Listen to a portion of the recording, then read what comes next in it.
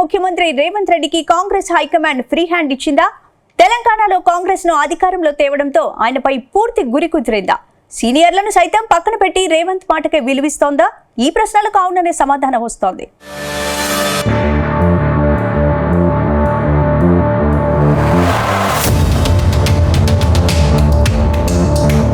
రాష్ట్ర విభజన తర్వాత కాంగ్రెస్ ఊహించిందొకటి, తెలంగాణలో జరిగింది మరొకటి. ఒకానొక దశలో రాష్ట్రంలో కాంగ్రెస్ పార్టీ దాదాపుగా ఉనికిని కోల్పోయే పరిస్థితి వచ్చిందంటే అతిశయోక్తి కాదు.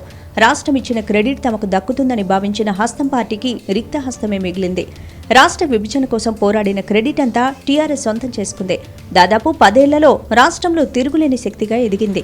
వరుసగా 2 సార్లు అధికారం అనుభవించింది. అటు రాష్ట్రాన్ని విభజించారన్న కోపంతో ఆంధ్రప్రదేశ్ వాసులు కాంగ్రెస్ పార్టీని దాదాపుగా పక్కన పెట్టేశారు. కానీ తెలంగాణలోనూ కాంగ్రెస్ ఉనికి అంతంత మాత్రంగా ఉండటం పార్టీ అధిష్టానాన్ని అవాక్కయ్యేలా చేసింది. అదే సమయంలో రేవంత్ రెడ్డి కాంగ్రెస్ పగ్గాలు అందుకున్నారు.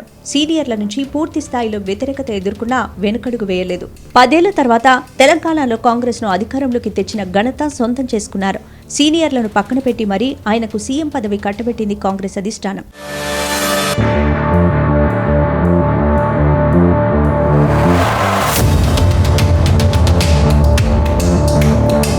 అనూహ్య విజయాన్ని అందించి 10 ఏళ్ల కళ్లను సాకారం చేసిన తెలంగాణ రాష్ట్ర ముఖ్యమంత్రి రేవంత్ రెడ్డిపై కాంగ్రెస్ అధిష్టానం అపార నమ్మకముంచింది. మరికొద్ది రోజుల్లో జరిగే లోక్సభ ఎన్నికల్లో పార్టీ తరపున బరిలో దిగే అభ్యర్థులను ఎంపిక చేసే బాధ్యత రేవంత్ రెడ్డిపైనే పెట్టింది. అన్ని విషయాల్లోనూ రేవంత్ రెడ్డికి ఫ్రీ హ్యాండ్ ఇచ్చింది. మహబూబ్ నగర్ పార్లమెంటు కాంగ్రెస్ అభ్యర్థి పేరును రేవంత్ బహిరంగ సభలో ప్రకటించడం చూస్తే ఆయనకు అధిష్టానం ఏ మేరకు ఫ్రీ హ్యాండ్ ఇచ్చిందో ఇట్టే అర్థమవుతోంది. కల్వకుర్తి మాజీ ఎమ్మెల్యే వంశీచందర్ రెడ్డిని మహబూబ్ నగర్ కాంగ్రెస్ ఎంపీ అభ్యర్థిగా రేవంత్ రెడ్డి ప్రకటించారు.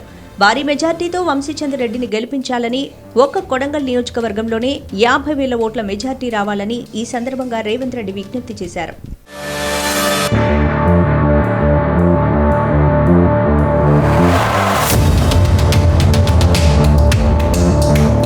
నిజానికి సీఎంలు ఇలా అభ్యర్థులను ప్రకటించడం కాంగ్రెస్ సంస్కృతి కాదు. ఆ పార్టీలో ఏ నిర్ణయమైనా అధిష్టానమే తీసుకుంది. సీఎంలైనా మంత్రులైనా ఈ విషయంలో నిమిత్త మాత్రులే. అభ్యర్థిగా ఎవరుండాలో ప్రతిపాదించే వరకే కాంగ్రెస్ ముఖ్యమంత్రుల పని. కానీ రేవంత్ రెడ్డి విషయంలో మాత్రం దీనికి భిన్నంగా జరగడం విశేషం. 14 ఎంపీ సీట్లలో గెలవడం టార్గెట్గా పెట్టుకున్న రేవంత్ రెడ్డి గెలుపు గుర్రాల ఎంపికపై ప్రత్యేక దృష్టి సారించారు. సొంత నియోజకవర్గంలో కొడంగల్ పర్యటనతో రేవంత్ రెడ్డి లోక్సభ ఎన్నికల శంఖారావాన్ని పూరించారు. గత ప్రభుత్వ వైఖరిని అడుగడుగున దుయ్యబట్టారు. ముఖ్యంగా సాగునీటి ప్రాజెక్టుల వ్యవహారంపై రేవంత్ విమర్శనాస్త్రాలు సంధించారు. పాలమూరుడు కేసీఆర్ ఏనాడు పట్టించుకోలేదని మండిపడ్డారు సీఎం రేవంత్.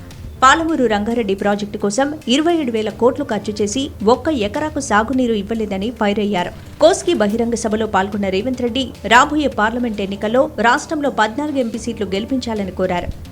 మొత్తం మీద రేవంత్ రెడ్డి దూకుడు పెంచారు. కాంగ్రెస్ ను అధికారంలోకి తెచ్చిన ఊపులో అధిక లోక్సభ స్థానాలు గెలవడంపై ఫోకస్ పెట్టారు.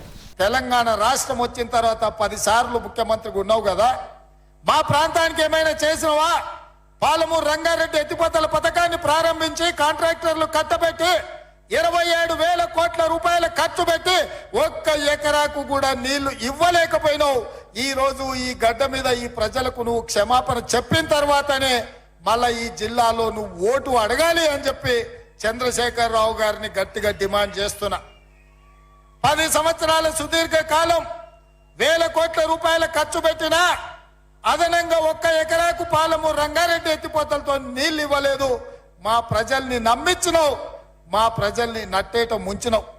ఆనాడు పెద్దలు చిన్నారెడ్డి గారు ప్రారంభించిన తెలంగాణ ఉద్యమం చీమలు పెట్టిన పుట్టలో పాములు దూరినట్టు ఆ ఉద్యమంలో నువ్వు దూరి ఇవాళ తెలంగాణ రాష్ట్రాన్ని పట్టి పీడించినవు. అయినా ఈరోజు ప్రజలు చీదరించి ఓడగొట్టి ఇంట్లో కూర్చోబెడితే ఇంట్లో కూర్చోకుండా మళ్ళా సిగ్గు లేకుండా తగుదునమ్మా అని బయలుదేరిండు. అల్లుడేమో నల్గొండ నుంచి, కొడుకేమో మహబూబ్ నగర్ నుంచి పాదయాత్రలు చేపడతారంట. చీకొట్టినా సిగ్గు రాలే మీకు.